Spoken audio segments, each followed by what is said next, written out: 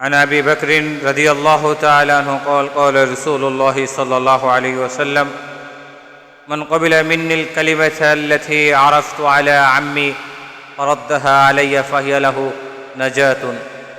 হযরত আবু বকর রাদিয়াল্লাহু তাআলা হতে বর্ণিত আছে যে রাসূল করিম সাল্লাল্লাহু আলাইহি ওয়াসাল্লাম ইরশাদ করিয়াছেন, যেই ব্যক্তি সেই কালিমা কবুল করিবে যাহা আমি আমার চাচা আবু তালিবের নিকট মৃত্যুর সময় পেশ করিয়াছিলাম এবং তিনি তাহা প্রত্যাখ্যান করিয়াছিলেন, সেই কালিমা ওই ব্যক্তির জন্য মুক্তির উপায় হইবে।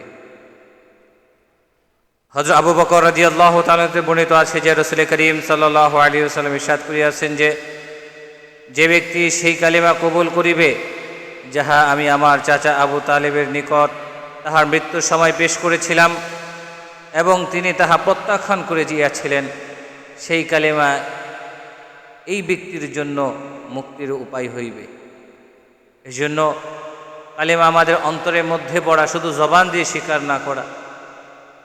কালিমা সমস্ত গায়রুল্লাহকে অস্বীকার করেছে, কালিমা আল্লাহর দিকে মুতাওয়াজ্জু করেছে, কালিমা একাত্মবাদের কথা বলেছে। এই জন্য কালিমা আমাদের অন্তরের মধ্যে প্রবেশ করা একমাত্র আল্লাহর ইবাদত করা।